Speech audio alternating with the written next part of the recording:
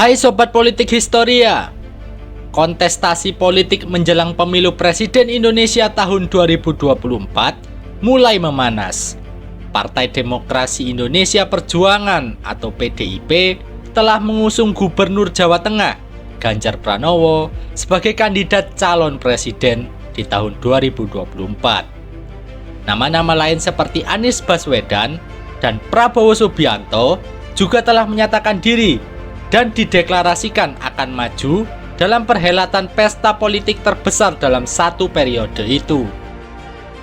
Walau pendaftaran kandidat capres dan cawapres di pemilu tahun 2024 belum dibuka secara resmi hingga bulan Oktober, para pengamat politik telah menyimpulkan jika hanya ada 3 pasangan calon yang akan mengikuti pemilu. Karena nama-nama calon presiden telah dideklarasikan, maka langkah yang akan diambil oleh partai selanjutnya adalah untuk menentukan pasangan dari si calon presiden alias cawapres.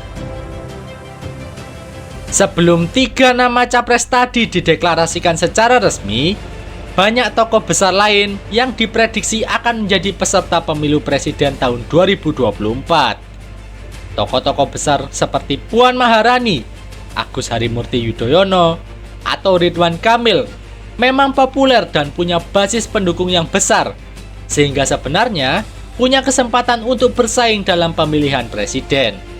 Tapi kenapa mereka tidak mengajukan diri sebagai calon presiden?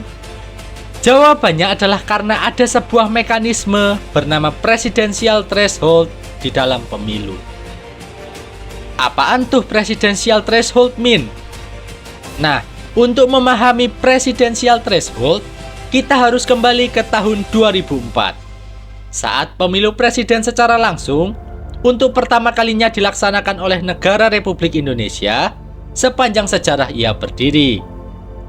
Setahun sebelumnya, pada era Presiden Megawati, DPR dan pemerintah telah merumuskan Undang-Undang Nomor 23 Tahun 2003 tentang pemilihan umum presiden dan wakil presiden.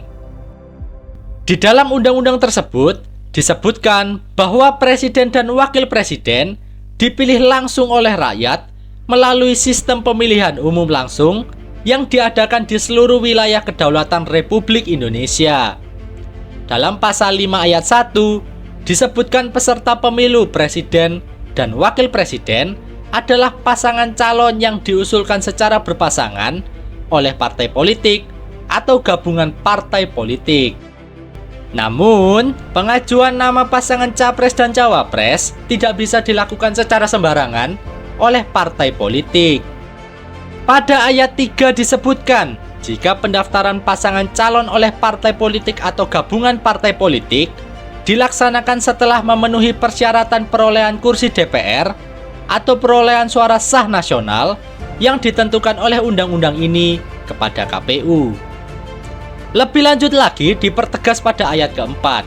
Isinya, pasangan calon sebagaimana dimaksud pada ayat 1 hanya dapat diusulkan oleh partai politik atau gabungan partai politik yang memperoleh sekurang-kurangnya 15% dari jumlah kursi DPR atau 20% dari perolehan suara sah secara nasional dalam pemilu anggota DPR. Ayat keempat pada pasal 5 dalam Undang-Undang Nomor 23 Tahun 2003 inilah yang disebut sebagai presidensial threshold. Presidensial threshold berarti ambang batas perolehan suara yang harus diperoleh partai politik dalam suatu pemilu untuk dapat mengajukan calon presiden dan wakil presiden. Sebuah partai politik harus memperoleh setidaknya 82 kursi di DPR untuk bisa mengajukan nama calon presiden untuk pemilu sesuai dengan ambang batas sejumlah 15% suara di DPR pada masa itu.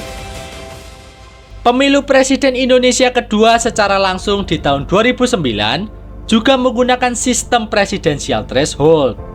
Namun, berbeda dari pemilu di tahun 2004, pemerintah dan DPR telah merevisi Undang-Undang Nomor 23 Tahun 2003 menjadi Undang-Undang Nomor 42 Tahun 2008. Dalam pasal 9 Undang-Undang Nomor 42 Tahun 2008 disebutkan pasangan calon presiden dan wakil presiden diusulkan oleh partai politik atau gabungan partai politik peserta pemilu yang memenuhi persyaratan perolehan kursi paling sedikit 20% dari jumlah kursi DPR atau memperoleh 25% dari suara sah nasional dalam pemilu anggota DPR.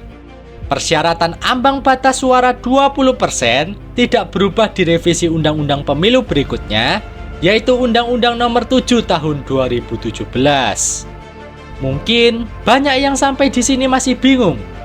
Lalu apa pengaruh presidensial threshold pada pencalonan presiden negara Indonesia di tahun 2024 nanti?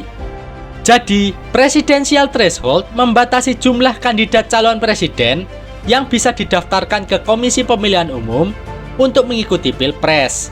Seperti yang kita lihat pada pemilu tahun 2019 lalu, hanya ada 2 kandidat presiden yang mendaftar dan bertarung pada pemilu presiden. Pasangan Jokowi Ma'ruf yang diusung PDIP dan koalisinya melawan pasangan Prabowo Sandi yang diusung Gerindra dan koalisinya. Koalisi PDIP yang mengusung Jokowi dan Ma'ruf menguasai total 60,69% suara atau 349 kursi. Sedangkan koalisi Prabowo dan Sandi menguasai 39,31% suara atau 226 kursi dari total 575 kursi yang tersedia di lembaga DPR. Artinya, kedua pasangan calon presiden telah memonopoli dukungan dan suara semua partai yang mendapat kursi di DPR, sehingga tidak memberi kesempatan untuk calon presiden lain bisa mendaftar sebagai peserta pemilu presiden melalui jalur independen. Hal yang sama akan terulang di tahun 2024 nanti.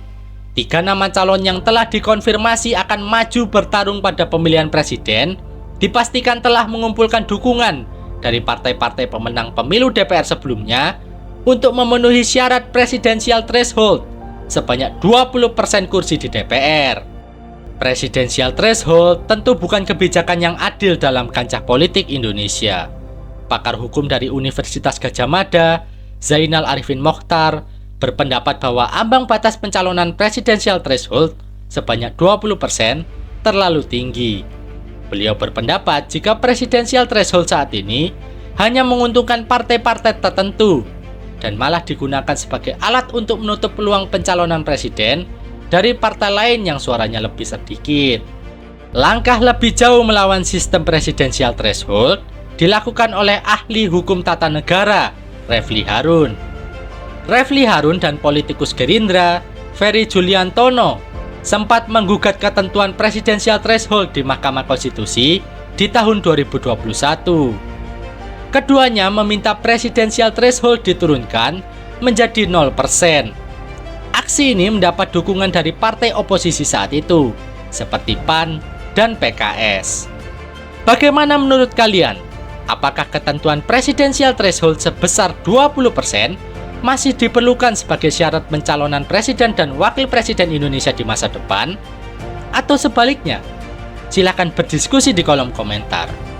Sekian video pembahasan politik yang dapat kami sajikan pada kesempatan kali ini. Jangan lupa like, subscribe, dan share video ini.